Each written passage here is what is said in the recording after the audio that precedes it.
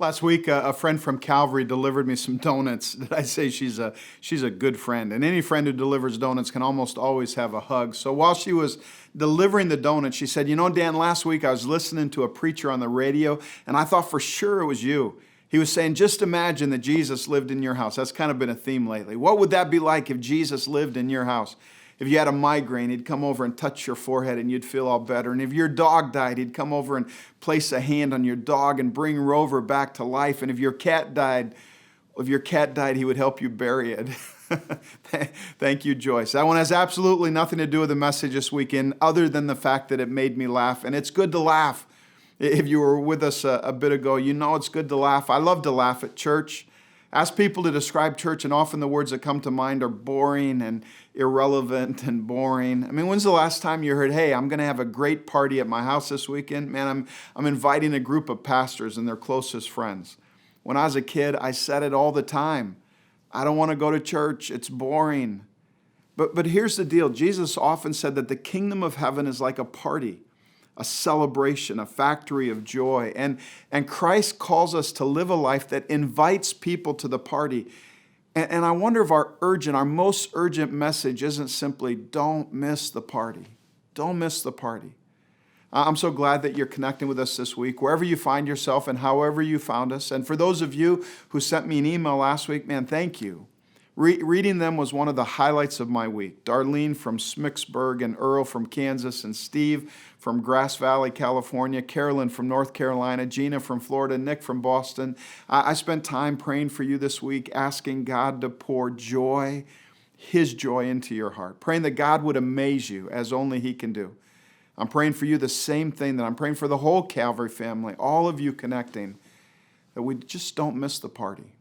Don't miss the party, because in the midst of all the difficulty, in the midst of whatever you're going through now, don't forget this. One time Jesus was asked, what is the kingdom of God really like? And Jesus' answer was, the kingdom of God is like a wedding reception, a party, right? In Jesus' day, wedding receptions were not an obligation. They were a ridiculously lavish celebration that often involved the whole community and went on for days, not hours. And the kingdom of heaven is like a wedding celebration. C.S. Lewis once said, joy is the serious business of heaven. I'm not saying that we don't go through tough times. We've gone through some really tough times, hard times in the last 15 months. And I've prayed for more people who have lost loved ones and done and gone to more funerals than any year in recent memory. We've walked through some tough days. I was in Minneapolis last year, the day that George Floyd was killed. I've prayed with Osagi's father. I prayed with and for police officers whose hearts have been broken in this last year. It's been one of the hardest years of ministry that I've ever led through. People at Calvary have gone through financial uncertainty, mental health issues. Some marriages didn't make it through the quarantine, and some are still wrestling through. But in the midst of all the trouble, Jesus is still the author and the finisher of my faith. He's still the Son of God who dove into the mess to bring us, to gift us with an overflowing joy, joy in the midst of the difficulty. Listen, as hard as any season we go through might be, if we really believe that the best is yet to come, then a personal relationship with a good, joyful, all-powerful, all-loving Creator should rub off, a bit at least, right? I love how the prophet Isaiah describes this joyful God. In Isaiah 29, verses 13 through 14, he says, these people come near to me with their mouth and they honor me with their lips, but their hearts are far from me. Their worship of me is based on merely human rules that they've been taught. Therefore, he says, once more, I will astound them with wonder upon wonder. God is bummed out because people's hearts are all bricked up, all hard, and they're dry, and their worship is filled with dry rules and regulations. There's no joy. There's no wonder. There's no fun. So what does God decide to do? He says, therefore, once more, I will astound these people with wonder upon wonder. In other words, I'm going to blow their minds. I'm going to knock their socks off. I'm going to bring a smile to their faces if it's the last thing I do. Can you imagine God saying that? And God will do that. He loves to do that. Years ago, my son Josh is probably about 8 years old. He's going to get married now in a few months. He was sitting in church listening to me preach, and Josh at that time was asking all kinds of questions. He did it in movies, he did it in sermons, asking Lynn all kinds of questions about what I was saying. And finally she leaned over and said, "Shh, Josh, I'm missing everything that Daddy is saying." And so he is quiet for a while, and at some point Lynn looked back over at him, and he had his head in his hands, and so she just reached over and scratched his back. And he looked up, this huge grin on his face, and he said, "Mom, do you know what just happened? I prayed, God, if you really hear my prayers, would you make my mom reach over and scratch my back in 2 minutes and 10 seconds? And I counted, and right when I got to 130, you reached over and scratched my back." God astounded him with a wonder. You know, when I look back over my life, there's one story after another of the times when God astounded me with a wonder. I could tell you about the time God gave my family an unexpected pod of dolphins as we snorkeled in a bay. I could tell you about emails received which share stories of life transformation, hope reborn, a marriage restored. I could tell you about the birth of each of my kids. I could tell you about walking through dark days with nothing but the joy of Jesus set before us as a motivation to keep going. In my life, He has astounded me with wonder upon wonder. And somehow, somewhere, we've gotten this odd notion that to be truly spiritual is to be terminally gloomy. We paint Christianity in black and white when our relationship with Jesus is meant to be shown in living color, 3D living color. You know, the Bible talks a lot about joy. And in fact, it would be easy to argue that joy is at the very heart of God's plan for humanity. In Psalm 16:11, the psalmist writes, "God, you will show me the way of life, granting me the joy of your presence and the pleasures of living with you forever." John Ortberg writes, "God is the happiest being in the universe." God also knows sorrow, but the sorrow of God is a temporary response to a fallen world. The sorrow will be banished one day when the world is set right, but joy is God's basic character. Joy is God's eternal destiny. God, Ortberg writes, is the happiest being in the universe. And perhaps few things are more essential for the life that we long to live than the essential of joy. Unexplainable, uncontainable, contagious, and outrageous joy. And again, I'm not talking about a pain-free existence. I'm not talking about getting everything I want when I want it. I'm not even talking about God changing my circumstances. It's often what we think that needs to happen for joy is our circumstances to change. But this isn't circumstantial happiness. It's deeper, more solid, and more exhilarating. It can produce laughter. Gut-busting can't stop at laughter, but you can't define it as a laugh. It doesn't require a closed-eye approach to a reality, but it may require a new look at life. It requires an understanding that joy is a gift from God. That's what Paul is saying in Romans 5:13 when he writes, "May the God of hope fill you with all joy and peace as you trust in Him, so that you may overflow with hope by the power of the Holy Spirit." See, joy is a gift from God, and nobody does joy like God. I love the story that Tim Hansel tells of an 82-year-old man who felt that his freedom to choose joy had been taken away from him. He had served as a pastor for over 50 years, but in the last handful of years, he had struggled with skin cancer so bad that he had already had 15 operations. And besides suffering from the pain, he was so embarrassed about how the cancer had scarred his appearance that he hardly ever went out in public. And then one day, he was given the book, You Gotta Keep Dancing. And he read the story of Tim Hansel's long struggle with the chronic, intense pain he received from a near-fatal climbing accident. Hansel told of the day he realized that this pain would be with him forever. And at that moment, he made a pivotal decision. He knew that it was up to him to choose how he responded to this pain, his circumstances. And so he decided to choose joy. This elderly pastor put the book down thinking, that guy's crazy. You can't just choose joy. Then later he was reading John 15:11, where Jesus says that joy is a gift. I want to give you my joy, Jesus says, so that your joy may be complete. Your joy will overflow. And he didn't know what to do, so he just got down on his knees in his living room and he said, well then, Lord, Give it to me. And suddenly, as this 82-year-old former pastor described it, this incredible hunk of joy just came from heaven and landed on him. I was overwhelmed, he wrote. It was like the joy talked about in Peter, joy unspeakable and full of glory. I didn't know what to say, so I said, turn it on, Lord, turn it on. And before he knew it, he was dancing around the house. He felt so joyful that he actually felt born again. 82, and he's so filled with joy, he just had to get out. Too much joy to keep corked up. So he went to the local fast food restaurant to get a burger. And this lady serving saw how happy he was and asked, how are you doing? He said, I'm wonderful. Is it your birthday? She asked. No, honey, it's better than that. Your anniversary, better than that. Well, what is it? She asked with this kind of growing excitement in her. He said, it's the joy of Jesus. Do you know what I'm talking about? And the lady shrugged, kind of deflated and answered, no, I have to work on Sundays. Can I find joy if I have to work on Sundays? Can joy be a part of my life if my life is filled with pain? Years ago, I officiated a wedding for some family members, and Kelsey, the bride, when I gave my very first sermon at my very first church, this was over 30-some years ago, she was 4 years old, and she was there for my very first sermon. And in that church, when the preacher was done preaching, he would walk down the aisle before everyone else got up so that he could greet everybody at the door. So here I am, very first sermon, young, insecure preacher, and Kelsey and her parents are in the third row of this little church. Kelsey's standing up on the pew right beside her dad. And just as I'm walking past, she went, wow, I'm glad that's finally over. and I kind of stopped in my tracks. Nobody in the church knew whether to laugh or just kind of look away in embarrassment. And I looked at her, big smile on my face. I said, me too, Kelsey, me too. And everyone laughed.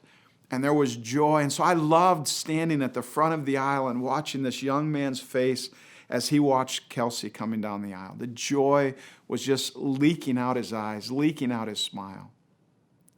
But can I find joy if my marriage is just ending rather than just starting? Can joy be a part of my life when it feels like I'm just marking time, waiting for something to be over? Jesus said in John 15:11, I have told you these things so that you will be filled with my joy. Yes, your joy will overflow. Your joy will overflow.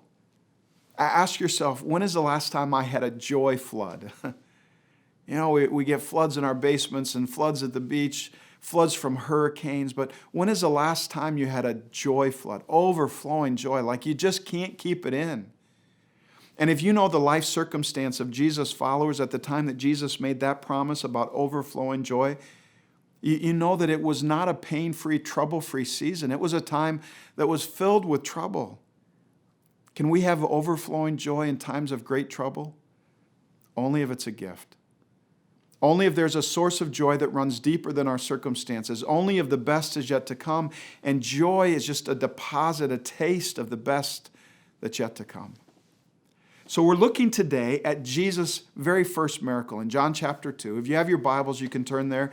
If not, the scripture will be on the screen too. John calls it a sign. It's not just a miracle, it's a sign. A sign is an act that points to something more, that says something is coming. It reveals something. It points us toward and reveals something about Jesus. And I believe that we'll see this act is all about joy and life and celebrations and how to go about finding life at the party. Finding life at the party. So listen to the first part of the story in John chapter 2, verses 1 through 3. Here's what it says. On the third day, a wedding took place in Cana of Galilee. Jesus' mother was there, and Jesus and his disciples had also been invited to the wedding. When the wine was gone, Jesus' mother said to him, they have no more wine. Now, I want you to imagine this. In those days, a father had to start preparing for his daughter's wedding day the day she was born. The average cost for a wedding last year in America was a bit more than $20,000, which was down significantly from pre-COVID averages. But a wedding in those days was not a one-night party with a small invite list. A wedding in those days was a community event that could last for days. So imagine the owner of the vineyard. Every year since his daughter was born, they'd crush the grapes and make the wine, and one barrel would be set back for his daughter's wedding. Girls usually get married by 15 or 16, so a good father might have 16 barrels of wine some of it now aged to a fine wine. They'd start with those, the fine wine, the best comes out first. But this particular wedding party involves a wedding emergency, a party embarrassment. Jesus' mother, Mary, comes to Jesus and says, they've got no more wine. As another pastor said, with those words, Mary speaks a truth about our lives, a truth that at some point we all experience. Listen closely. There comes a day when the wine gives out. The glass is empty. The party is over.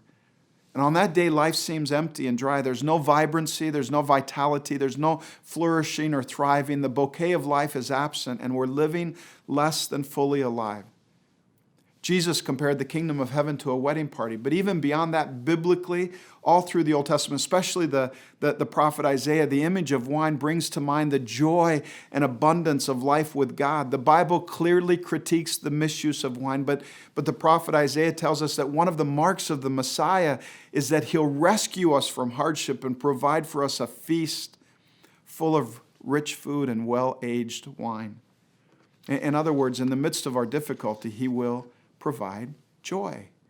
When the wine runs dry, he will provide joy. He'll be the life of your party. So let me just ask you, has your wine run dry? I mean, maybe you don't even realize it yet. Ask the people around you, has my wine run dry? Have you lost the joy? Everything seems a bit harder, a bit drier. Maybe not depressed, maybe not burnt out, but languishing. Not thriving. I would guess everybody here could tell a story about the day the wine ran dry. It might involve a marriage that's lost its joy, or the death of a loved one. It might involve a betrayal of a friend, or a wilderness search for community, or wrestling with failure. I know people who would tell stories of regret or fear.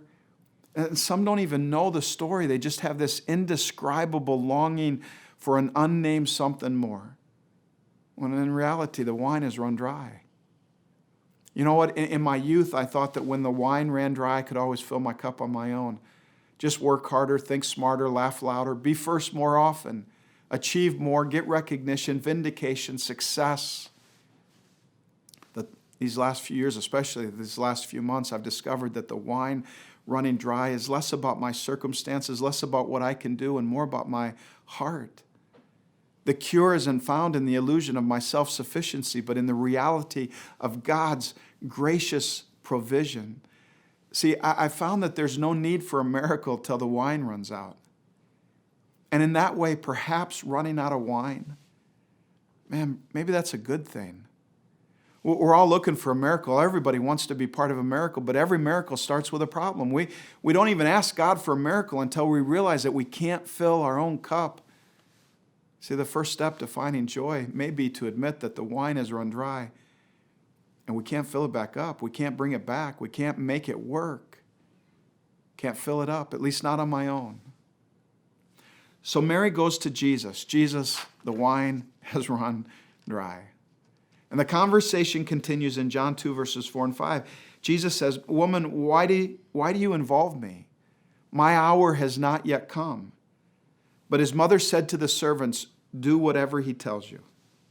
Now, Jesus sounds almost disrespectful in this moment, but he's not. The language of that day between parent and child was often more formal, and Jesus is not saying, "Leave me alone. Mary, leave me alone. Get out of here." Mary is asking for a miracle, and Jesus is simply saying, it's not time yet. It's not time for the miracles. It's not time for people to begin to wonder about me. My hour has not yet come. I have a business that's more important than miracles. It's not my time. But Mary won't stop. The wine has run dry. She cares about these people and this wedding embarrassment. It's a joy emergency. And so she looks at the servants and she says, just do whatever he tells you to do.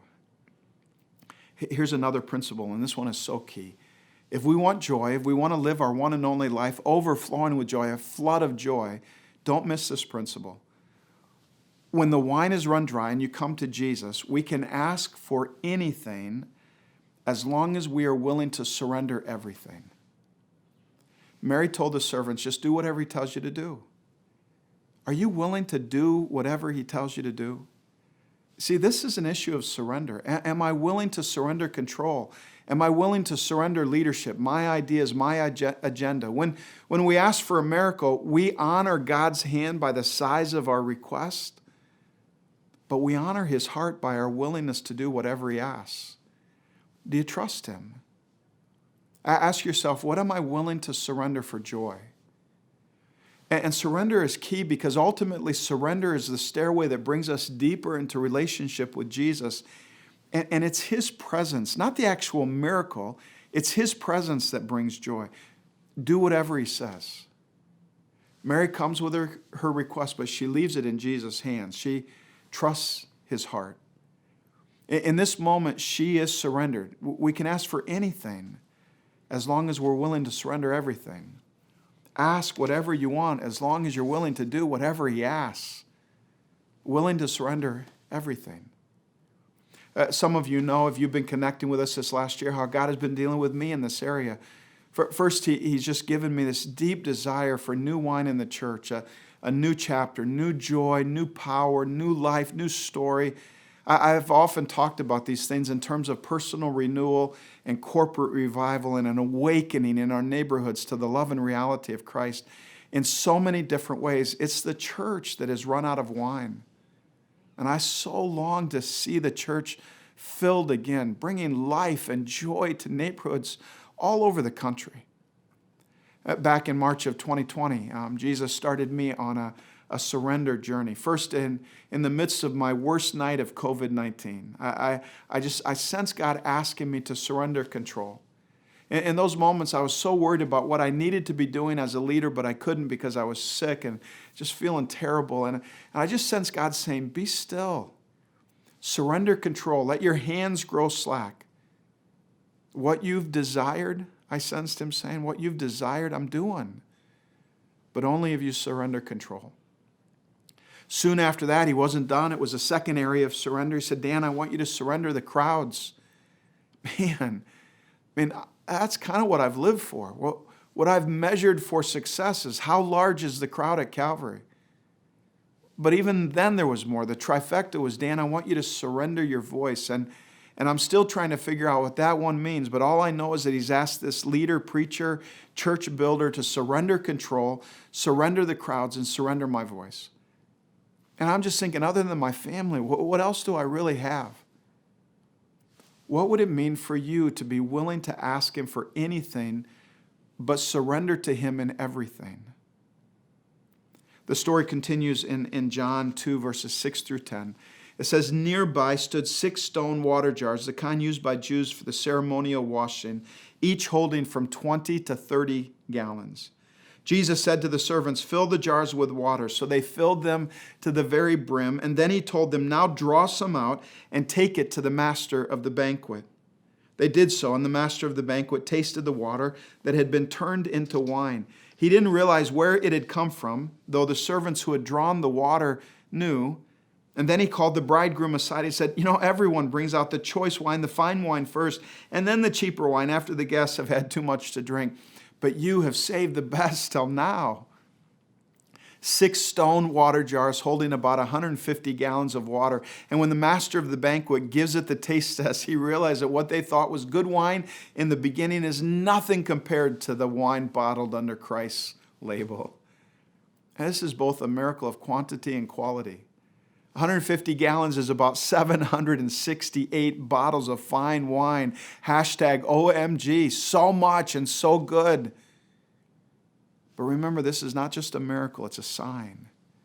It's an act revealing something about Jesus. And at least part of the message is that Jesus offers. He offers above and beyond joy. It's not a bare minimum joy. It's not enough joy to just get by. When we uncork the joy of Jesus, I'm telling you, it's going to go beyond your expectations, both in quantity and quality. So don't miss the party. Don't miss the party that comes when you find Jesus and the Spirit of God is let loose in your life.